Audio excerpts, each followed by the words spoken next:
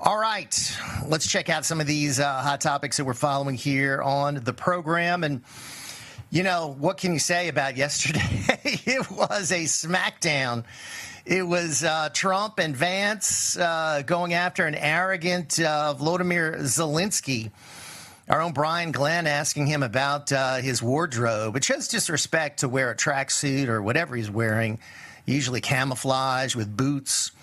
Why can't the guy wear a suit and show respect for the Oval Office and the country?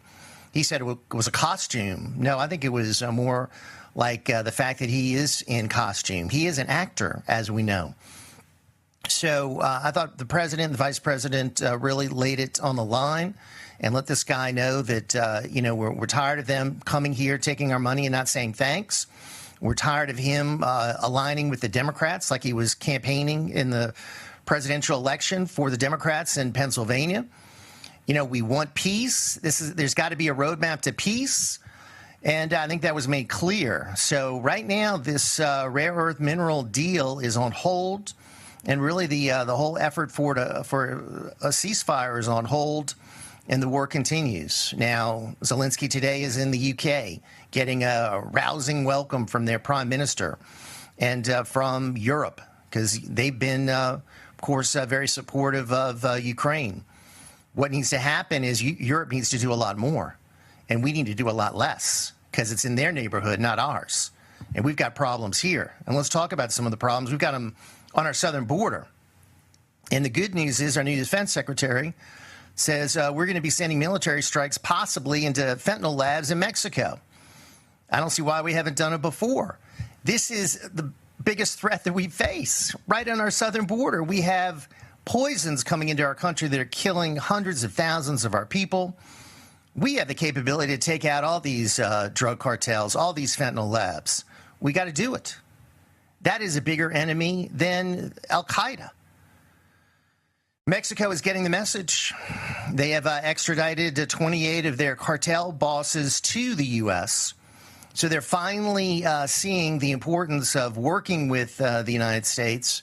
They're putting more of their troops on the border, say they're going to do more to stop the flow of illegal drugs and illegal aliens into the country. Mexico has obviously allowed a lot of this to happen over the years, as has Canada.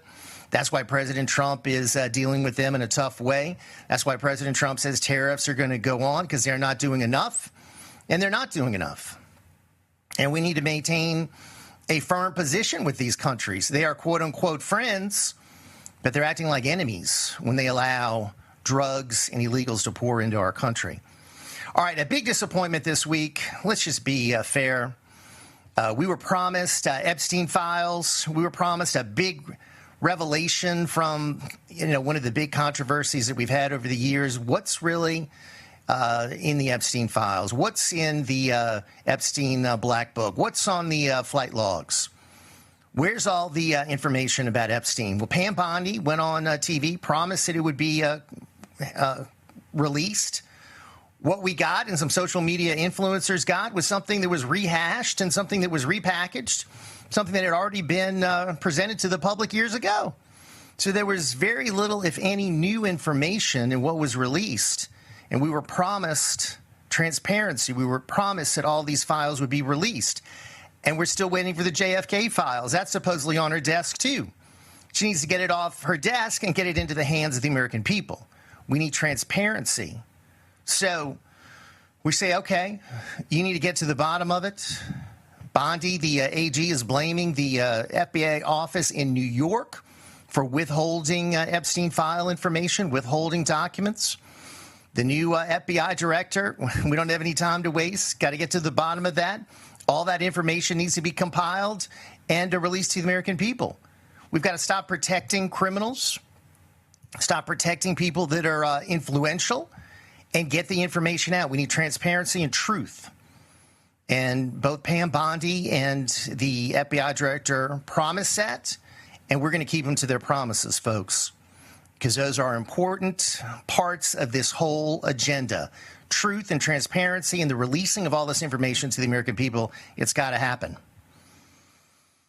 One of the things that I wanted to share with you that came out this week is a new poll from Gallup that showed that the American people now have the lowest level of trust in the media in recorded history. Only 31% of Americans trust the media.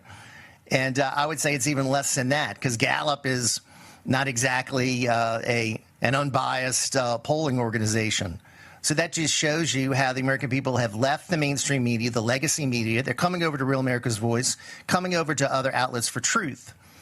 And the legacy media is losing not only their prestige, losing their position, they're also losing popularity with the American people, and for good reason.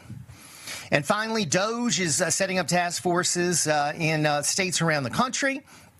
Red states are jumping on this, and I'm proud to say that we're doing it here in Louisiana.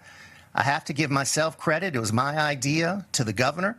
The governor said that he would do it, and kudos to our governor, Jeff Landry. He has started a Louisiana-based DOJ, and we've seen it in other states across the country. And this is what states need. This is what our country needs.